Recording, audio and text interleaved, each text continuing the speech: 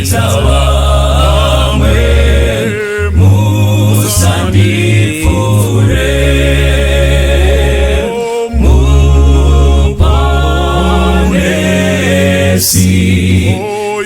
inzwa inochema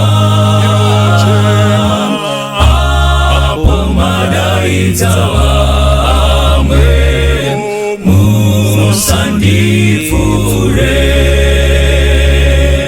ndipenyiwo wenyumutsa ndinokumbira ndiri kumupfukamira nekudawira muponesi inzwa inochema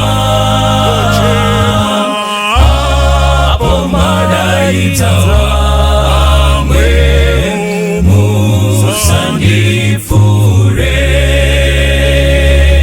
ndinomusimbira Jesu ndinokuchaka rapanyiwa moyo wangu kundiponesa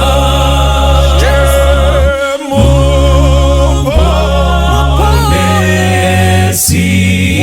inzwa inochema apo malaika wamwe musandifure mulitsinde langu tenzi zvene upenyu akuchina mubatsiri asimi Jesu Chema muponesi inzwa inochema apo malaika wamwe musandifure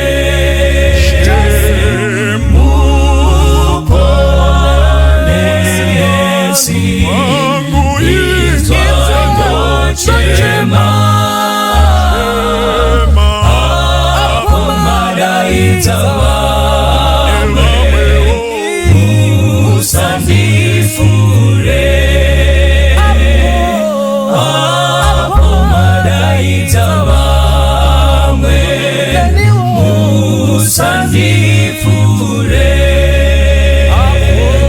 apo malaika wamwe musandifure. My name is Watson Biriri. I'm a pastor, and yes, I like talking to people that I can learn from, and today we are blessed all the way from somewhere very far. We have our friends, the Foster Triplets, and so I just want to welcome you to the show, Foster Triplets. I can't believe I'm talking to you right now, and this has become possible. Welcome to the show. Thank you so much, Pastor. Yes, may you introduce yourselves and say hi to our viewers and tell them who you are, each one of you. Sure, no problem. My name is Mahari Foster. I am the second born, and my name means one who forgives. I wasn't supposed to give that tidbit of information, was I? You kind of do. You'll have to tell the meaning of yours now. Sure. My name is Malaika Foster. My name means angel, and I am the firstborn of triplets. Hi everyone, my name is Michaeli Foster. I am the last born and my name means godlike. And we're so happy to be here with you on this show today. We are from the beautiful island of Jamaica. We love to minister and we hope that our music can touch lives around the world. Yes, thank you so much. And so maybe we go once again on the names, not necessarily for the benefit of our viewers, but maybe for my benefit. Yeah, so that's Mahari, Malaika, and Michaeli. And Michaeli. That's right. Great, great. Let's hope we keep it that way until the end of the program and beyond. Okay, that's good. And so we're going to be talking about your experiences as triplets, first of all, and then of course you're talking about your music ministry because you minister through song. I suppose maybe in other ways as well. But what's quite prominent is the music. Many people get to know of you through your music. And so, but maybe first things first. I understand this is your first time in Africa, confirm? Yes, sir, that is confirmed. Oh, great. So Zimbabwe, we are number one, getting them into Africa. So Zimbabwe becomes their gateway into Africa, and you traveled with your parents. May you share with our viewers and with us all, how has been your experience for the time that you've been around? As of this recording, how long have you been around? In Zimbabwe? Yes. We have been here for 9 days, correct? I think nine to 10 days. Oh, 9 to 10 days. Yes, and we have been enjoying it, the food, the people, Okay. the music. Yes, Oh. music for sure. All right, so you've got experiences within, the people, the music, and just the place. I have seen monkeys for the first time. Oh, monkeys, where have you been? Under a rock somewhere. No monkeys in Jamaica? None. Maybe we need to export some from, we've got so many of them here. Okay, that's good. And I hope you're going to see a lot more animals, the bigger ones, before you go back to the beautiful island nation of Jamaica. And so, talking about, let's talk about musically. What are some of the things that you have experienced? I know you have presented, and you have also listened when other groups and other people have presented music. I mean, what has been your experience like musically? Here. Yes. Well, we have noticed that the harmony, ranging from normally a congregational hymn to the music groups that go up and present, the harmony has been so beautiful. And very unique. And very unique. We in our churches, you may find 1 or 2 people harmonizing while the congregational hymn is going on. But inside of the church, you hear many people, just everybody lifting their voices together, baritone, alto, tenor, and it sounds like a choir. It is. Yes. It was actually quite surprising for us. Oh, yeah, it sounds like a choir. Something to add there, Mahari? One of the things that I recognize is that there's a wide array of baritone or bass Okay. in Zimbabwean congregational singing, whereas in Jamaica, you might find one person singing baritone or bass. It's not as widely practiced as I hear in the Zimbabwean culture. Yeah, it's very interesting, growing up, especially attending camp meetings, the large camp meetings and so on. Sometimes you would be right in the middle of this wide congregational audience. And then you just close your eyes and you just listen to the music. It's like you're in a river and you're just flowing with the whole thing, In fact, one American missionary who attended one of our camp meetings years back remarked, at the music, said these people sing as though their very lives depend on the songs. As if somebody told them, if you don't sing well, then you're done. Something like that. But, that's kind of like something that, yes, that's right. And, of course, I know different countries have different, audiences and, reactions and everything like that. I assume you've been in different places. And so how do you find, the Zimbabwean audience response to your ministry so far? So I don't think I expected the Zimbabwean response to be so strong. Okay. We knew that we had quite a few followers, a lot of followers on the African continent, but we were not so aware of the presence of our ministry in Zimbabwe. And I think when we came here, we were able to experience that and meet many people who were touched by our ministry, and it was a blessing. In terms of the response, I found that Zimbabweans love hymns. Yes. And they react strongly to songs that they are familiar with and that they understand and that they know.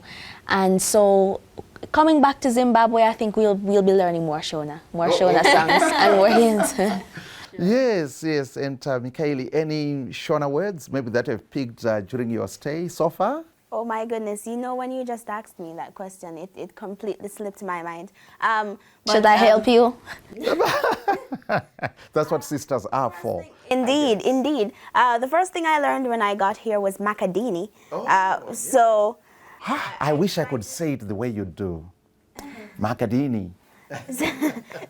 I'm trying to remember the other ones that are for Happy Sabbath or things like that. Oh, Sabata Rakanaka. Sabata Rakanaka. You know, Malaika is the planner of the group. She has it written everything written down on her sure. phone. It's here, yes. Yes. Exactly what he said. Yes, And I think Mrs. Martha told me it's Ignini for me. Inini. Ignini. Yeah, that's me. Okay, Aye. so I'm learning little words here and there. I hope to expand my vocabulary a little more. Yeah, yeah. However, I'm doing a poor job at it. But so far you're doing well. You're doing well. Yes, and you know, Shona is it's one of those very easy languages. You know. Yes, and so tell me about being triplets. That's something that is quite unique. I'm not sure in terms of percentage-wise, globally, how many times or times when people do have triplets, statistically speaking. So, but I think it's something that's kind of like rare. Twins, yes, could be, but triplets, I think it's quite rare. And I'm sure that comes with a lot of experiences, unique experiences, just being triplets. Just being triplets. We'll go to the music once again. But talk to me about some of your unique experiences as triplets, maybe among yourselves and maybe outside with other people, within the family, at school or wherever. And by the way, you are in university. Yes, sir. And you are studying? Psychology. Psychology. All of you. Okay, I almost said both of you. Both the three of you. Okay, psychology. So taking the same courses right from the beginning, and you're pulling it all the way until you graduate together. Yeah? Oh, okay. Okay. So talk to me about your experiences as triplets. So in university specifically, I'll go with the school part. You think on what you want to say next. Mm-hmm. So we go to, we attend Northern Caribbean University. Okay. It is a Christian institution and one of the largest privately owned universities on the island. Mm-hmm. It's owned by the Seventh-day Adventist Church. Yes, sir. Mm-hmm. We are the ambassadors for that university. So a lot of... as foster triplets? Yes, sir. Oh, that's quite special. So you're brand ambassadors? Yes, sir. Wow. And yeah, that's something. So when we started studying, we had to acclimatize, because not only were we starting a new chapter of our lives with new people, new teachers, new subject material, and I think it was so special because we went through those changes together. And because of our bond and because each of us have our own unique strengths, we were able to help each other. Whatever I'm weak on, she helps me. Whatever I'm strong on, I help her. And we were able to build to a certain place so where we can cover each of our strengths and weaknesses and make them all strengths. And I remember what... And you become formidable, unstoppable, invincible. Not invincible, but... Unstoppable, I hope. Unstoppable. I hope. So I remember specifically one day, Yes. I got a message from a lecturer, and she said, that. "You all need to stop copying each other's work." And truth be told, we do not copy each other's work. We do each of our work separately, but we get very similar grades. We even have the same GPA. Wow. So, Wow, the same grade point average. Yes, sir. GPA. yes. Wow. So I had to explain to her that our thought processes are a lot similar in terms of how we write, So we get to, so it's so funny. I'll call my sister and I'll say to her, Michaeli, what did you get on this assignment? And she'll say, oh, I got this grade. And I say, guess what I got? And I get the same thing. Ooh. Or Mahari, what did you get on this? And we just find it so funny that we... Has it been like that all the way, even from primary school, grade school? Yes, sir, that I know of. You'd have to ask Dad because he was our teacher at that time. Oh. Yes, we Is were it so? homeschooled up until high school. No, Sorry, university. Sure. Thank you. Yes, sir. And that's another testimony in itself because a lot of people wondered, will you be able to acclimatize? Oh, yes, and adjust to university life and everything like that. Yes. So how was that transition from homeschooling, I mean, all the way until you get to uni? It Actually, surprised wasn't me because actually I thought people would be more hardworking and more mature. And when you go and you find out that they're still not growing up, it's very hard to deal with, especially when you have to collaborate and you recognize you're not. When some people are still like more playful and not serious. Right. And I want to get the work done. Okay, done. Yes, sir. And so I think it has also taught me a lesson in patience and being peaceful and calm and knowing that even when things are going on and even when the rest of the group hasn't completed their assignment one night before the due date, it's okay because God has got it covered in terms of our... Yes. Maybe I'll go to Michaeli. Yes. Some of the unique experiences that you have had, I mean, as triplets. The other time I heard you guys talking about sometime you were hospitalized and something. So we were hospitalized together. Actually, what happened was we got dengue fever, which is a mosquito-borne... yeah, kind of like a malaria. Just like malaria, right. So it's kind of rare for 3 persons to get bitten by an infected Aedes aegypti mosquito. I mean, it's not communicable. It's not necessarily something that you can catch by one sister coughing on the other and you just get it out of the blue. So it was really rare that 3 of us got dengue fever at the same time. And then we developed symptoms. So, or the incubation period would have had to be the same and then we would have to develop symptoms. So I found it quite, even the doctors were quite puzzled because we all got hospitalized. And Wow. Okay, manifesting the same way. Right. And I think the thing that was interesting was, quite painfully interesting, was that I got blood drawn on behalf of my sister. They thought it was her. They thought it was my other sister. So I got my blood drawn for me and blood drawn for my sister. and I got medication for one of you. So you are getting the nurses and the doctors confused. Exactly right. Okay, so then they would need to really put clear labels, right? There were. We had. The labels were there, but still you managed to... I think we were also in the same location. The hospital was overcrowded at that moment. So we basically had one bed sharing. So you come into the hospital and you see 3 people still matching, looking sick on one small bed. So it was about this size. this width. This width. Yes, this. Maybe about a few centimeters larger, but still. I think it confused the doctors, and I think they were rightfully confused because we were at the same point. And so I think it would be confusing for anyone really to have 3 patients. You often put on like matching clothes, like when you're going out or like when you're going to school or something like that. Yes, we do. Yes, we do. Yes, we do. Oh, And- often? Yes, sir. Oh, I think it's funny for us because we like confusing people. It's fun sometimes. It's fun. So Sometimes it's fun.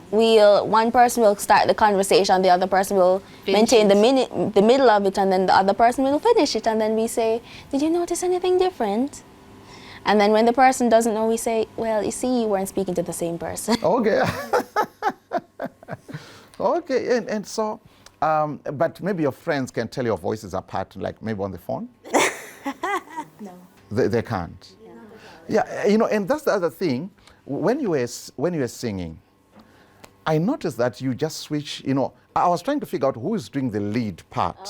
But then I realized it's kind of like you all do lead, Yes. you all do the other parts and everything. So you do all the parts. All the parts, and we You- switch during the song. That's why the You, sound. you switch during the... Yes, sir. Okay. It's pre-agreed that you are going to take this part and everything like that. Yes, sir. That's why the sound engineers sometimes have a little issue with us, is because we don't maintain the same harmony. To get a different sound, we switch up the harmony in the middle of the song. So the cadence of her, of her voice. So I will start out singing alto, the song singing soprano. She will change to tenor or alto or something. And so it's a bit confusing for the sound engineer, so we have to let them know ahead of time That's what we're going to do. And what we have to do is just make sure they just balance the microphones, because so we can regulate the sound. Ourselves. Because my sisters and I, our voices differ in terms of the strength Okay. and how deep it is at certain points. So we have to be the ones to regulate the sound, because if we switch during the You have to song, help the engineer. the mix can get really disjointed. So we have to be responsible for maintaining. And in terms of, because you've got, very, I can say what, mature, in terms of your vocals, polished, mature, and very stable. How did you get to that level, of vocal stability and maturity? How did you get to that? Is it some vocal training? Do you go for trainings? Do you do vocal warm-ups before you sing, or what happens? Well, so leading up to about age 14, we had never received any vocal training whatsoever. And then in Indiana at about... In Michigan, was it? Yes. We went to the Andrews University, and under Professor Zork, we got some sessions, and we were trained by him. He's a really great professor. And so we could say then that we were indeed professionally trained. However, it's not a continuous thing. So those few sessions were the only training that we got. 3 sessions, and actually when we went to the sessions, he said that I can't really teach you anything at this moment. You're basically fine. All I can give you at this moment is some pointers, and now you can say that you are professional singers, because if anyone asks you, you can now say that you are professionally trained. And actually before that, mom and dad didn't have any form of expertise in music or vocal training, and so all we relied on was prayer and the Holy Spirit, and mom and dad getting impressions and saying, you know what, why don't you try this, or why don't you try that? And I remember at one point when we were maybe 9, there was my uncle, Pastor Floyd White, who is a singer and also our vocal producer and our songwriter. He said, why don't you, he said, why don't you try some vocal warm-ups?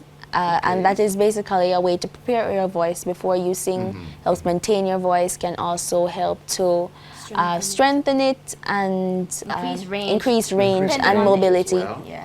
And so we started doing those warm-ups, and our voices started getting better and better, and God helped us. And as time went by, we found and we invested in vocal warm-ups that would fit our voice, because not every vocal warm-up, no matter how good it might actually be for the voice, it just might not be for you.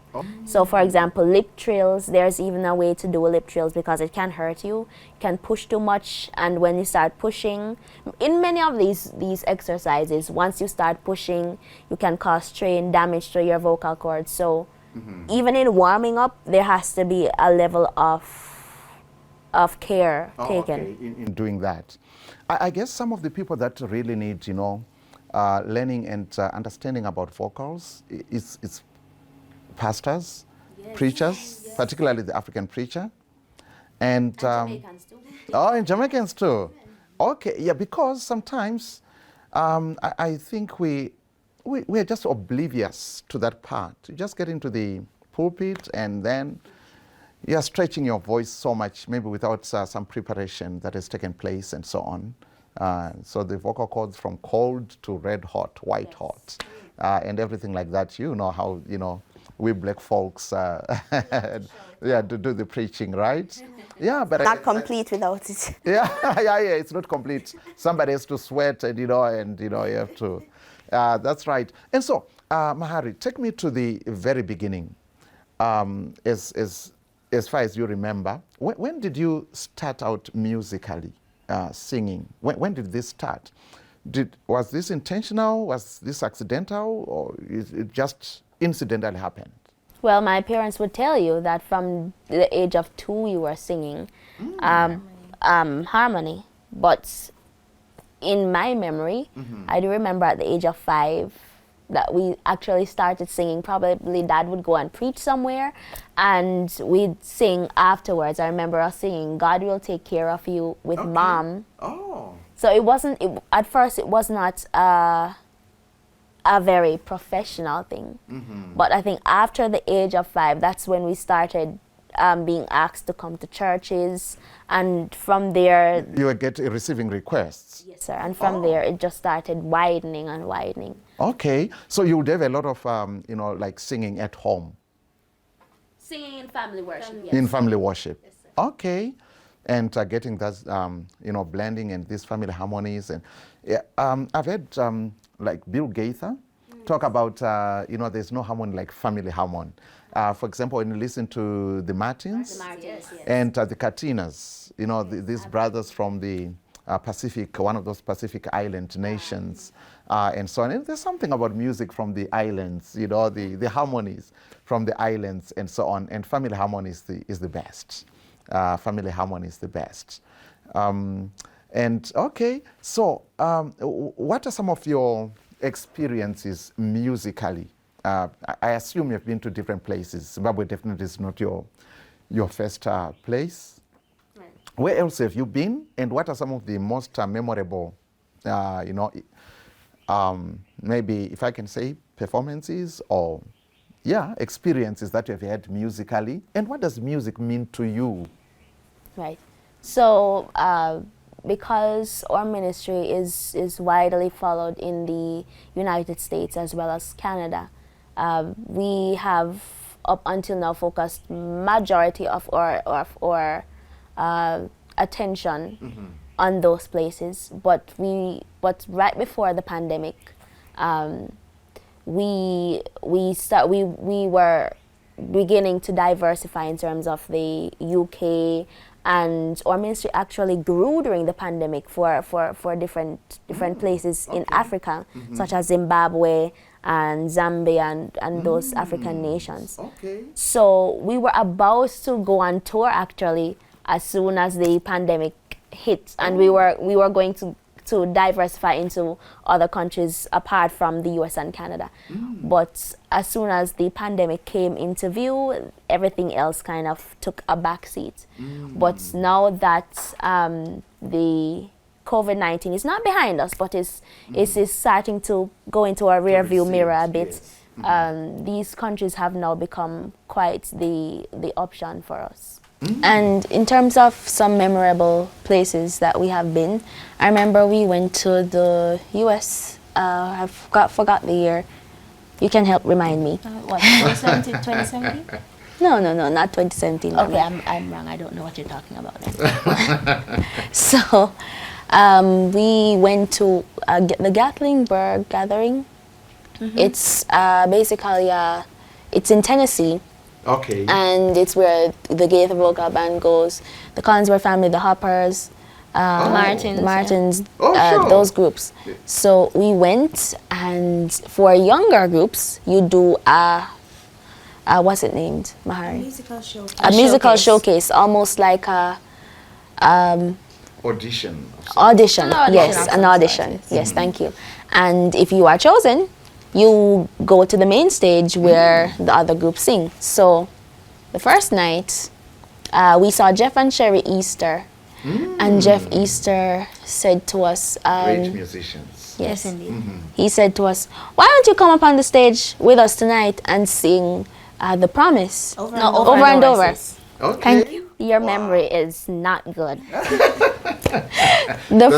over and over. I'm telling you, what would you do without me? I don't know. In that regard. So we went up and we sang over and over. Oh, sure. And when we were done singing it, we sang it again. And then, so that was before we... So that was alongside Jeff and Sherry Easter? Yes, sir. Wow. And that was before we did the showcase, because we actually went to the main stage before we did the showcase. Oh. Right. So you had it in reverse? Yes, sir. Wow. God really surprised us there, and then it was so interesting because, you know, there are a lot of groups there that you see on television and you see, and you watch on Homecoming Friends with A monkey. I'm sorry. Oh. I'm a very distracting person. I saw a monkey and I'm a Jamaican, and you so couldn't please wait. understand. I couldn't wait. There's a monkey. That's good. That's good. Yes, it's good for our viewers to know that there was a monkey. Yeah.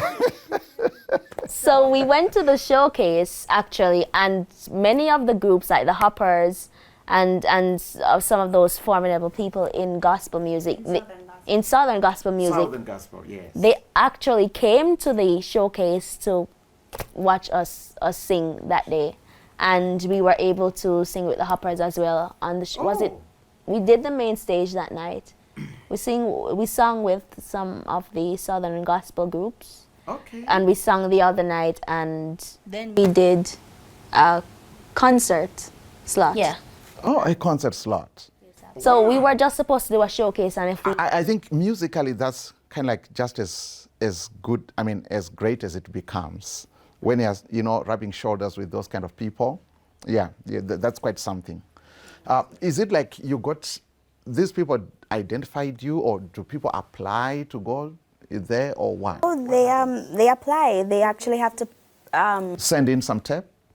Okay. Then people, then they select and say, okay, this.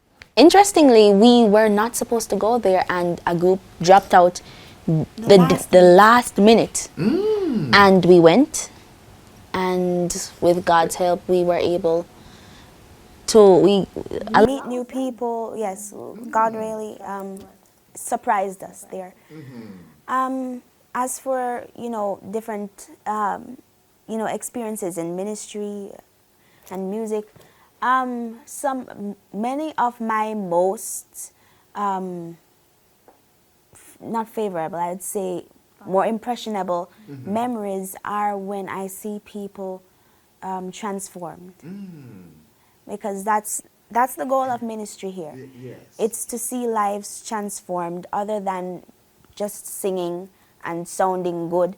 It's about leading people to Christ. And so when I see people transformed, that's what makes me feel really rewarded. And that's the goal of what we do, to change, to help change lives. Yeah, what's some of the feedback maybe that stands out for you that you have received from people, maybe in person or through messages that are sent onto your online platforms? What are some of the feedback that you have gotten or that you receive?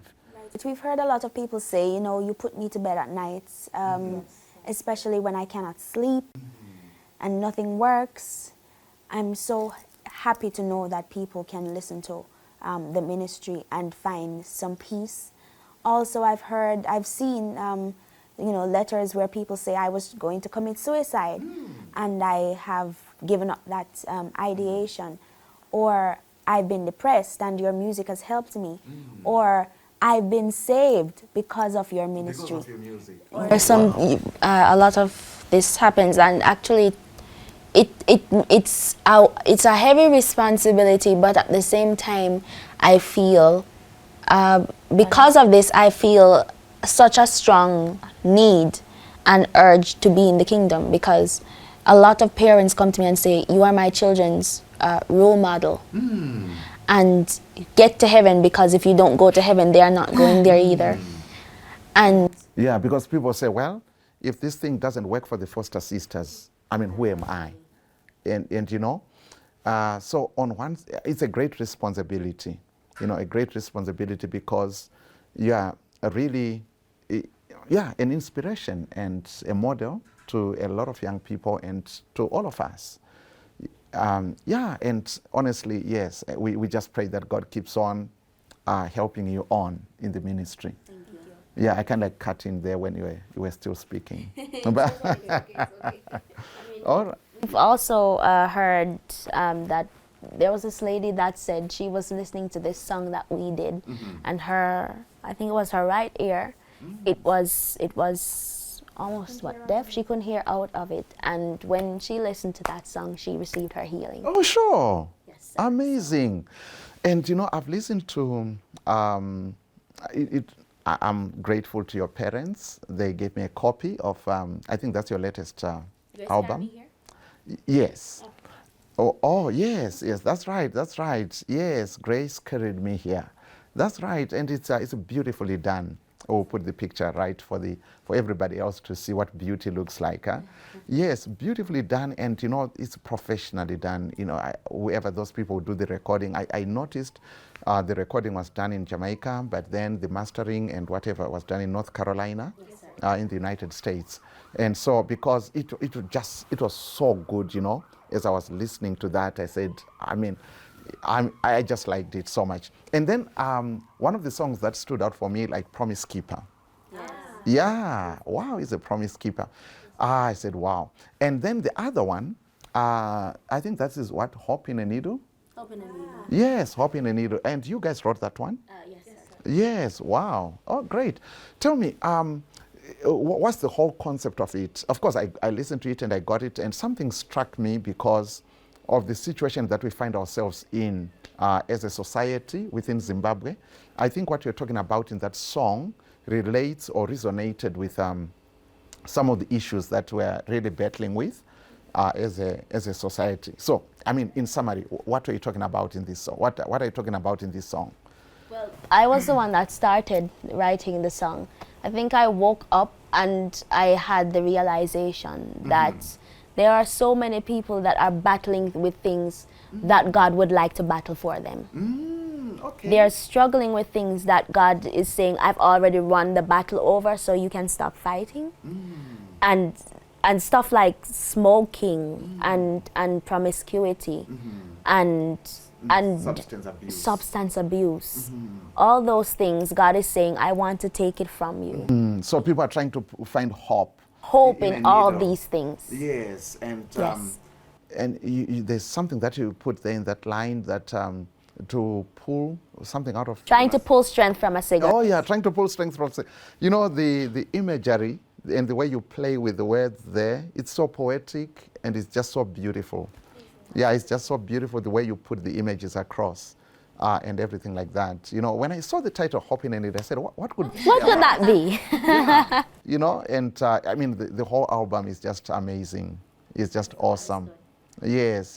And okay. And so, who are some of the people that you look up to musically, Michaeli?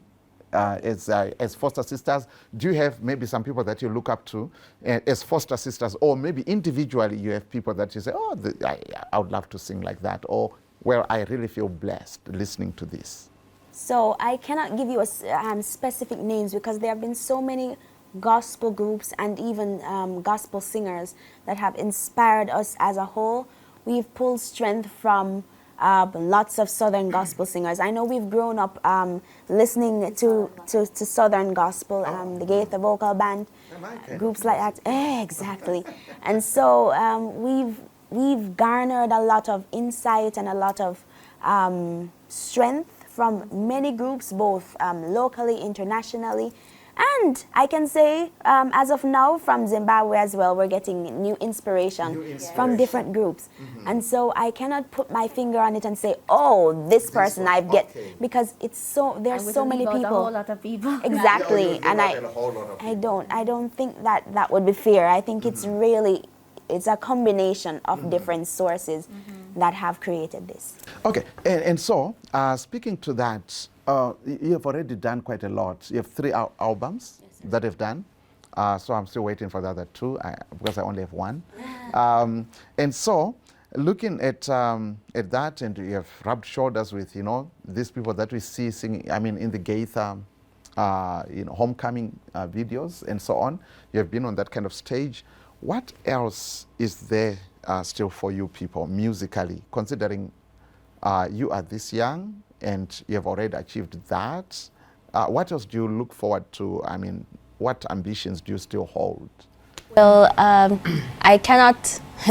I am not well traveled. As far as we have traveled, we have done a lot of traveling, but to say that I have been continent hopping, I have not been. This is my first time on the African continent, and I really hope to explore more countries in Africa, immerse. Yeah, so to all Africans out there, the Foster Sisters are saying, please, they're ready to come and minister wherever you are. You might be in Kenya, you're in Uganda, you may be in Ghana or Nigeria, down here in South Africa, Lesotho, Swaziland, Mozambique, wherever you are, the Foster Sisters are saying, we're ready to come to your place. Isn't that so? Yes, sir. Oh, yes. Oh, that's right. So they're only available. Just invite. Yes. I think a lot of people, it has kind of blown their mind that we're actually in Zimbabwe because we're from Jamaica. Yes. And whenever they say, when are you coming to Africa? And we say, by God's grace, it's going to We'll be there. And they think, they're trying to say in the next 10 years, but when we actually say we're here, they don't believe it. They don't believe it. So we're here. For real. We're here, and This this is is just Harare. this is just the first. This is just the first. Yeah, Yes. definitely. So, ladies, since this is your first time on the African continent and first time in Zimbabwe, I feel honored to give you a very special welcome. Thank you. When the Israelites were approaching the promised land, one of the things they did was to send some spies in there, and they brought out some fruits and said, this is what the land produces. I know you've been around, you've been eating apples, bananas, and everything like that, but let's go to the indigenous fruits from Zimbabwe, and you'll find also in other African countries. So, here we go. Are you ready for it? I am very ready. Are you ready? Very. Oh, here we are. Okay. Yes. We've got 3 types of fruits here. Okay. Yes. We've got masau. You can say that? And is this? Masau. Yes. Oh, so this is the dried version of my Yes. We've got the fresher one and then the dried one. I prefer the dried one. Oh, I see. Yeah, it's like sweeter and everything like that. And it doesn't easily set my teeth on edge because the fresher ones, and especially if they're not so ripe, they can easily set your teeth on edge and so on. But they're also very good. They're also very nice. So we can, you can grab and maybe just, it has a seed on the inside. Okay. Yeah, so you just eat, like the pulp around, and then you just put it in whole, not in part. Oh, not in part. Yeah. Oh. You soon become,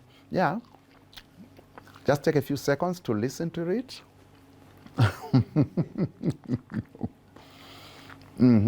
So Just put it in whole, Malaika. So I'm tasting a first taste in the dried one. There's a hint of, it tastes like raisins. And then it turns out to taste like cranberries. I hope someone in Jamaica or wherever else, you may need, for those who may not have encountered this fruit, it has got, Wow! oh, you did, oh, yes. This is an- five. Good Mahari job, did it, Mama. yeah. So you look at that, okay. So the trick is, don't take one piece at a time, you take like 2 or 3 and try to pry it open like that. And then after that, it becomes easier to take one piece at a time. This is gluey substance. Yes, it's a gluey, sweet substance. There's some insect that makes this substance in here. Really? Yes. Similar to honey then? Only in this fruit. Wow. Yeah, so similar to honey. Yeah, so it's another version of honey. Africa is a land of milk and honey, and we have different types of honey. So you can, throw it in. Okay. You remove the seed, right? I did. Yes. Everything goes in? Yes, everything goes in. And then you Including start chewing. I'm the scared that it's not including edible. the outside? Oh, yeah. You eat it whole. Really? Yes, and then you just start chewing. Okay. All right, I'm gonna be the strong one. Let's see.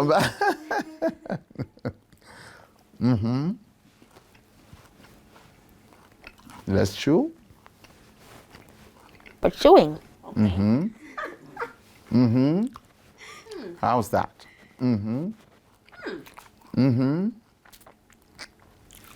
It's very sweet.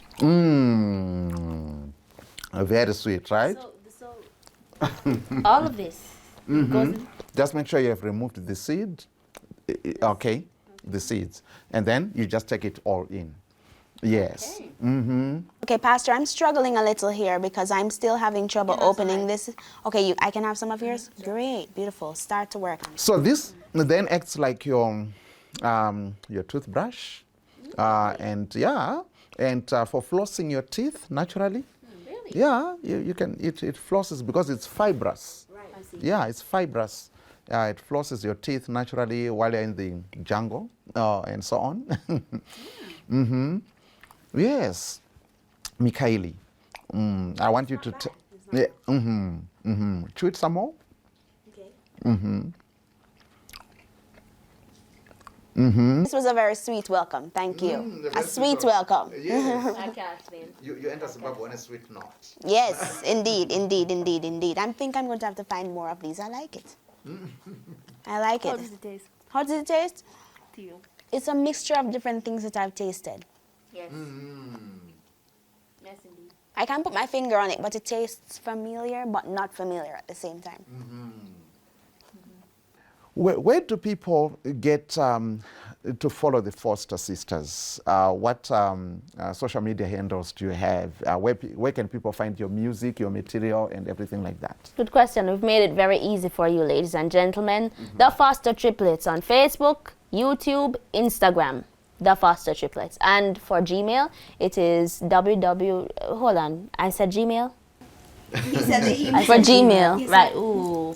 Mine Okay. come back. Fostertriplets@gmail.com. Yes, good job. That's our Gmail. And email. or Gmail. Gmail, Michaeli. And our website is www.fostertriplets.com, and you can go through that website to purchase your CDs, make donations, as well as support any other cause we are supporting at that time, as well as make bookings through that website.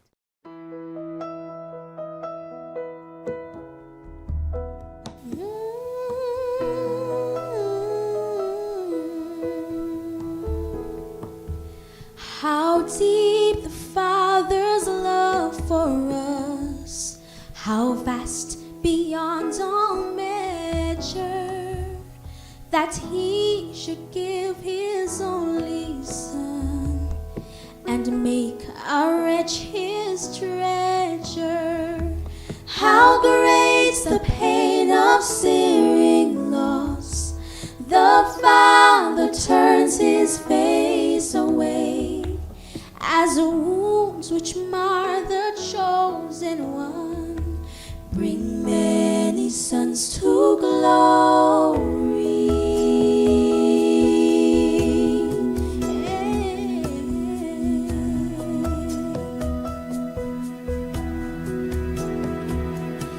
Behold the man upon the cross, my sin upon his shoulders. Ashamed, I hear my mocking voice call out among the scoffers. It was my sin that held him there until it was accomplished. His dying breath has brought me life. I know that it is finished.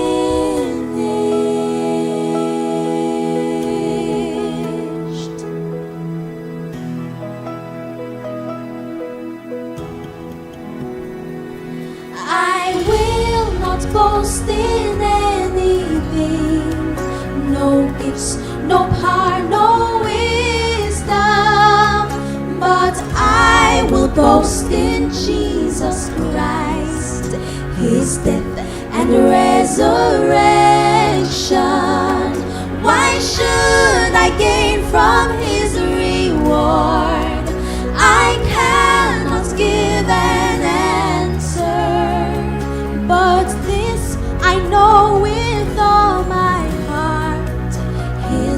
wounds have paid my ransom. Why should